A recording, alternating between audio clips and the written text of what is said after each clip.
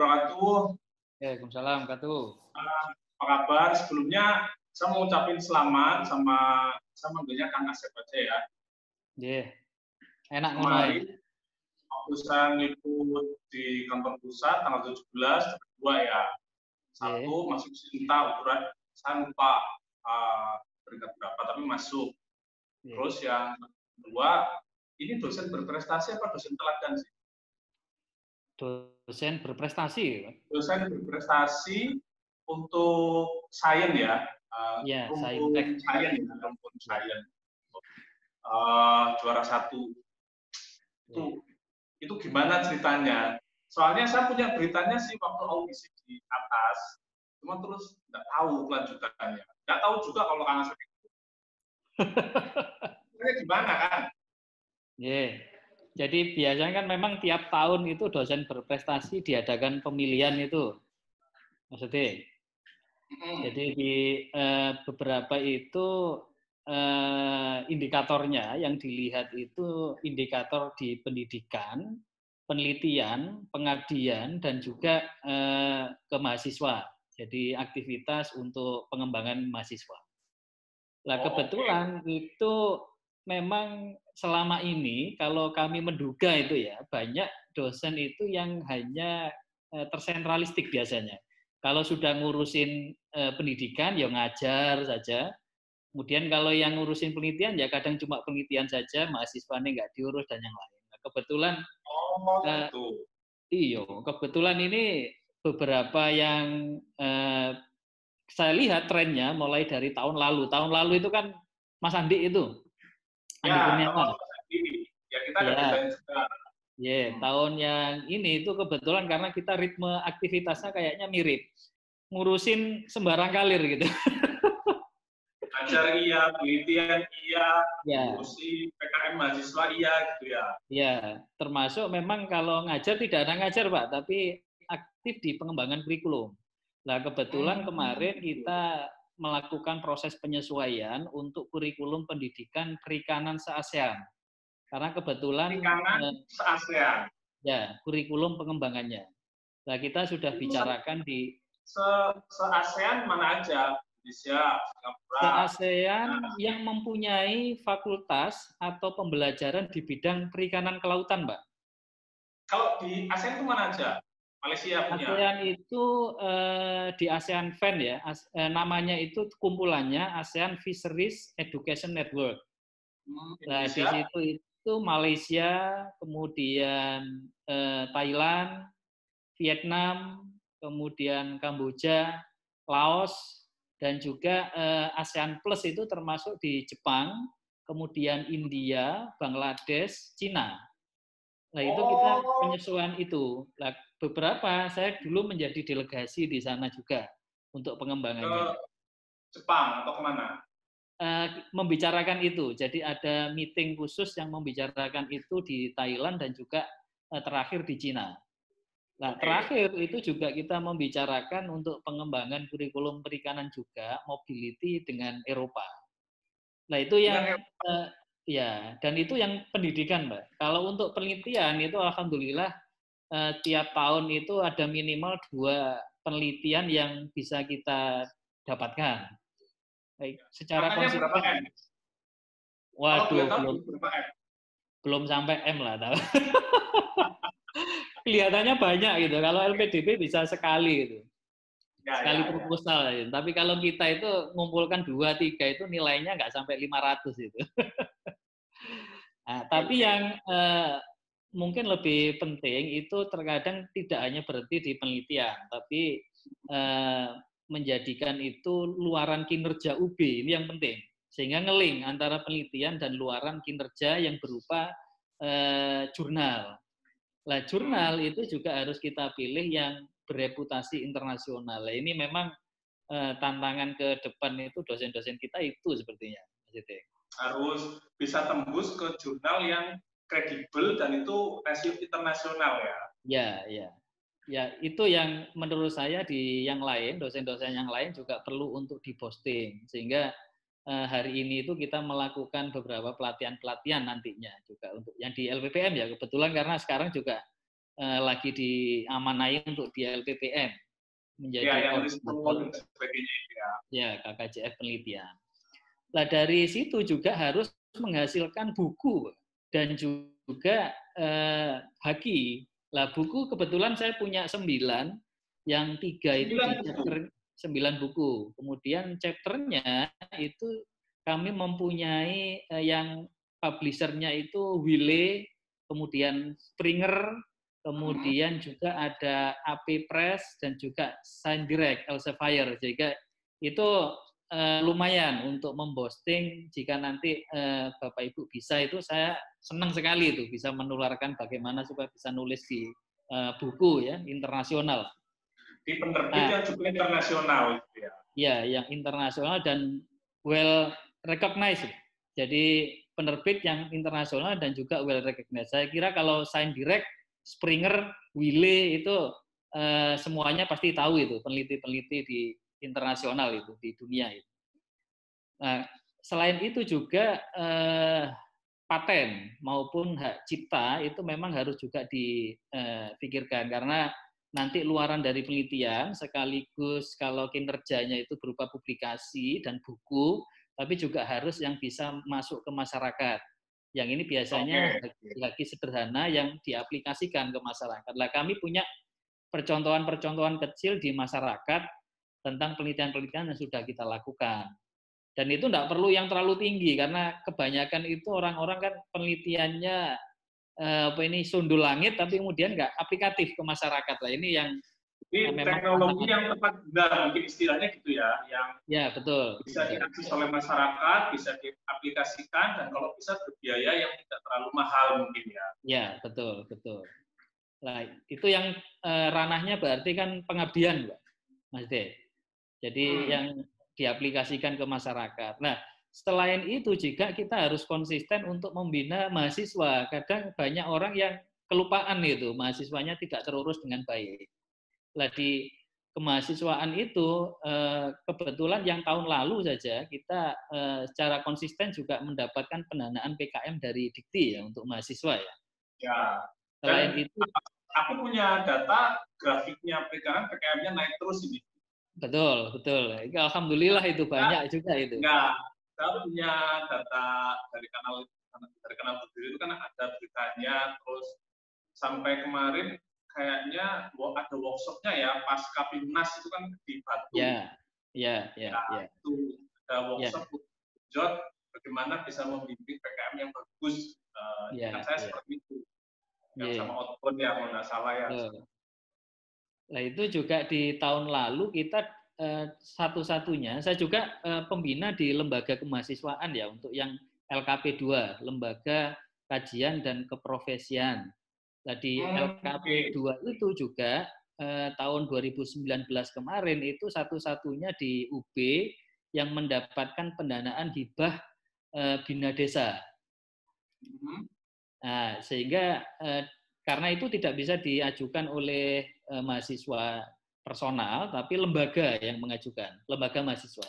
Nah, itu kita juga kelompok gitu ya. Ya, kelompok lembaga mahasiswa. Lah, karena itu juga kemarin kita mendapatkan itu satu-satunya di UB untuk tahun 2019. Lah, mungkin itu salah satu juga yang menjadi pendorong. Yang lain itu saya melihat memang kalau sudah masuk lab itu kan lupa yang lain itu peneliti. Nah, ada juga yang lain. Nah, mungkin itu ya, saya juga nggak tahu. Kalau boleh nggak, Kang Asep berbagi tips membina mahasiswa zaman sekarang itu gimana sih supaya mereka ini berprestasi gitu? Ada nggak tipsnya dari Kang Asep? Ya, kalau mahasiswa sekarang memang kita agak sulit ini. Kita harus menggeser memang pola lama ini. Nah, pola lama itu memang untungnya saja ini memang di COVID ini kita cukup punya daya ungkit ini, pendorong untuk mahasiswa itu ngeksis. Nah, kemarin itu kami melihat banyak itu orang-orang yang memang betul-betul hebat di penelitian, kemudian mahasiswa yang punya greget untuk meneliti dan yang lain itu biasanya itu tidak terlalu baik kalau untuk membranding. Nah, ini termasuk dosen-dosen dan mungkin saya juga. Kalau mereka sudah kadang meneliti itu kadang nggak terlalu mikir publikasi, membranding dirinya. Nah, saya pikir Ya, itu problem betul. kita, problem teman-teman di UB seperti itu. Dan itu ahlinya Mas Itik itu. Membrandingnya lah. Di kita itu ada yang tahu itu penting tapi juga nggak cukup hati ya untuk bisa membranding dirinya itu. Nah ini yang memang jadi masalah besar. Dan di mahasiswa ini saya pikir sekarang trennya itu adalah dilomba-lombakan dan kemudian diapresiasi dan di-branding oleh universitas maupun fakultas supaya dia akan menjadi terkenal begitu ya. Anak-anak sekarang itu senang kalau masuk di kemudian di berita dan yang lain itu disebar-sebarkan lewat inilah. Kita cara Ya, masuknya lewat situ sepertinya. Karena ya, kami betul. melihat itu mahasiswa sekarang kadang senang terkenalnya tapi nggak suka prosesnya. Nah ini yang menjadi masalah ini. Nah Jadi kami pengennya sekarang, terkenal tapi instan gitu ya. ya. Saya melihat juga itu banyak itu. Satu judul itu diwolak-walik itu diikutkan lomba sana lomba sini. Nah, itu prosesnya kehilangan. Nah, kami kalau di lembaga yang di LKP 2 misalnya dan yang lain, saya selalu menekankan itu proses yang paling penting, hasil itu bonusnya. Dan Hasil itu memang bonus. Ya. hasil itu bonus. Hasil bonus ya. Ya. Dan itu memang sangat kentara sekali. Kalau prosesnya nggak bagus, juga meskipun menang didanai, tapi nggak mampu menembus PIMNAS karena memang prosesnya agak instan. Nah, yang sering itu kita terlalu dominan di pembimbing. Karena menurut saya pembimbing itu enggak harus selalu memenangkan proposal dari anak yang dibimbing, tapi memenangkan dan mengawal bahwa proses untuk menjadikan mahasiswa itu prosesnya betul, kemudian kualitasnya baik, itu yang lebih penting. Jadi kalaupun ini ya kalah ya nggak apa-apa, asalkan dia tahu bahwa prosesnya untuk menjadi pemenang itu memang berat. Itu yang di mahasiswa, pikir gitu. Ya. Oke Kang, itu kemarin proses seleksinya itu berapa lama ya? Kalau untuk seleksi itu hanya sebenarnya portofolio itu, Pak. Jadi portofolio, kemudian kita masukkan berkas-berkas dan yang lain, dan memang agak sedikit mepet itu. Kita punya waktu sekitar berapa ya, 2 mingguan gitu untuk mempersiapkan seluruh portofolio. Kemudian hanya kita presentasi di 3 juri begitu ya. Nah dari situ langsung nanti di-assess sama mereka. Oke. Kalau proses dari fakultasnya itu apa setiap dosen bisa mendaftar atau ditunjuk? Misalnya Pak Dekan memutuskan si A, si B mewakili fakultas atau gimana? Iya. Atau ada seleksinya dari fakultas? Oh, enggak. Kebetulan sih nggak ada ya. Kalau kemarin itu sepertinya di pimpinan itu melakukan assessing, jadi mengukur siapa kira-kira yang paling layak untuk diajukan. Cuma prosesnya sendiri di setiap pimpinan itu apakah dirapatkan atau yang itu yang kami belum tahu itu. Kenapa muncul nama saya juga belum tahu. Tapi yang jelas karena saya yakin karena portofolionya panjang. Karena satu portofolionya kan sudah banyak. Iya. Memang layak dinaikkan. Iya, sepertinya begitu. Oke Kang, terakhir ya, saya ingin Kang Asep mungkin bisa berbagi tips untuk teman-teman dosen yang lain, ya, supaya mereka juga bisa menjadi dosen yang berprestasi. Itu kira-kira apa Kang? Terutama yang muda-muda, yang mungkin masih harus yang di sekolah, kan mereka juga pusing ya. Mungkin mereka baru bermata, masih mikir sekolah, disuruh mikir nungguin mahasiswa itu rasanya cukup banyak sekali gitu ya. Tapi kan harus dirintis gitu ya. Saya teman-teman dosen muda kan mungkin harus mulai merancang ya, mungkin merancang karir sama portofolio dia. Gitu. Kira-kira tipsnya apa? Artinya kalau sudah cemplung jadi dosen itu, tridharma itu tidak bisa dilepaskan seharusnya. Jadi semua dosen yang ada di Brawijaya itu nggak boleh hanya fokus pada salah satunya saja. Tapi juga tridharma itu pendidikan, penelitian, dan pengabdian itu memang harus dilakukan. Sebelum ada aturan yang baru ya, karena pengabdian itu seharusnya wilayahnya institusi, bukan pribadi. Kemudian yang kedua mungkin saat kita jadi dosen atau ini maka ya kita harus memahaminya secara kafah itu, harus komplit gitu. Jadi dosen itu memang kalau kita melihat jamnya itu kan berangkat mungkin jam 9, kemudian ngajar sekali 2 kali, bisa pulang sebenarnya. Tapi jam kantor sampai jam 4. Nah, kami ini rata-rata kalau pulang itu karena sudah terbiasa dari dulu. Sudah terbiasa dari sebelum sekolah. Sekolah juga diharuskan seperti itu, di Jepang kebetulan. Kemudian pulang sampai sekarang juga berangkatnya itu pagi, jam 8, jam 9 gitu ya. Kemudian pulangnya itu selalu kalau di rata-rata jam 7 malam gitu.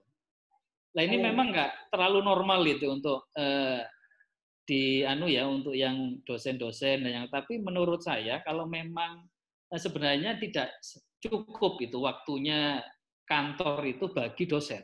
Jadi dosen itu mau dibuat santai juga bisa, tapi dibuat serius itu waktunya nggak akan cukup 24 jam itu. Nah, jadi bagi teman-teman dosen mungkin yang bisa dilakukan adalah ya kalau sudah jadi dosen maka harus mengoptimalkan tridharma itu dengan baik dan juga menyelesaikan aktivitas-aktivitas itu dengan baik yang menurut saya kuncinya sebenarnya hanya ada pada manajemen waktu. Nah, kalau di rumah itu ya tetap saja terkadang masih membuka laptop itu. Kita pulang hanya pindah lokasi saja kadang di rumah. Nah, ini memang ya harus ditemukan itu titik equilibrium antara urusan keluarga dengan urusan kantor. Nah, ini memang harus diinikan. Jadi kalau saya kompensasinya Sabtu Minggu itu saya pakai untuk jalan-jalan. Nah, saya pakai jalan-jalan dengan keluarga. Dan supaya pengabdian jalan, maka ya saat pengabdian itu kita ngajak keluarga. Mereka bisa keluar bareng-bareng dengan dengan orang tuanya yang sering hilang begitu. Tapi juga kita bisa melakukan proses pengabdian ke masyarakat. Dan mereka merasa fresh, enjoy ketemu dengan orang tuanya, tidak menyita waktunya, tapi juga kita bisa melakukan tugas yang lain. Dan itu memang saya pikir semua dosen punya kondisi yang berbeda-beda. Sehingga memang harus ditemukan titik equilibriumnya di mana ini urusan kantor, keluarga, dan yang lain. Karena kemarin yang jadi menarik itu pertanyaan itu, anaknya berapa gitu sama juri. Anaknya 3 gitu. Nah itu kaget loh, kok bisa ya, padahal pulangnya sore terus ya. Itu mungkin menjadi guyon tapi juga bisa jadi serius itu. Jadi intinya tugas yang lain juga tidak boleh ini. Saya pikir mungkin itu. Ada lagi ini. Ya, oke. Ya. Terima kasih Kang. Wawancara singkatnya sangat inspiratif dan saya terima kasih sekali. Terima Kang Asep. Kemarin juga selamat ya. Saya pikir ini jadi inspirasi dosen yang lain dan saya yakin Kang Asep bisa mengembangkan yang lebih lagi. Terima kasih Kang. Assalamualaikum warahmatullahi wabarakatuh. Matur suwun. Waalaikumsalam warahmatullahi wabarakatuh.